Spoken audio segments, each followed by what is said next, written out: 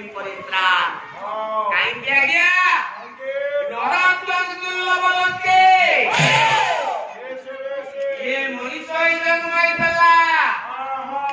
ଯୋଉଦିନ ତା ଦେହରେ ମଣିଷ ପଣିଆ ନରତ୍ୱଂ ଉଦ୍ରେକ ହେଲା। ମହାପ୍ରଭୁ ଚୈତନ୍ୟ ମଣିଷ ହିଁ ଜନ୍ମ ହେଇଥିଲେ। ଯୋଉଦିନ ମଣିଷ ପଣିଆ ଜାଗ୍ରତ ହେଲା।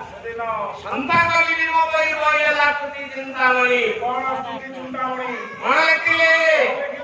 କହିଲେ ମଣିଷ ଭିତରେ ମଣିଷ ଲୁଚିଛି, ମଣିଷ ହୁଏ ବାହାରେ।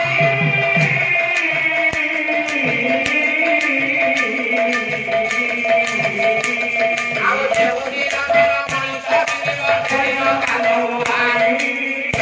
ଆଜ୍ଞା ମାଲ ମନେ ରଖ। କାଲି ଟିକେ ତମମାନଙ୍କର ନିନ୍ଦା ହେଲା। ଭାଜା ଆଉ ମା ଆଗ ଭାଜା ହେଲେ ତାପରେ ମା ହବ। ଚୈତନ୍ୟ ଠାକୁର ଯେତେବେଳେ ବାବାଜୀ ହେଇଗଲେ ନା ତାଙ୍କର ଦ୍ୱିତୀୟ ପତ୍ନୀ, ପ୍ରଥମ ପତ୍ନୀ ହେଲେ ବୋଧେ ଲକ୍ଷ୍ମୀ ପ୍ରିୟା, ଦ୍ୱିତୀୟ ପତ୍ନୀ ବିଷ୍ଣୁପ୍ରିୟା।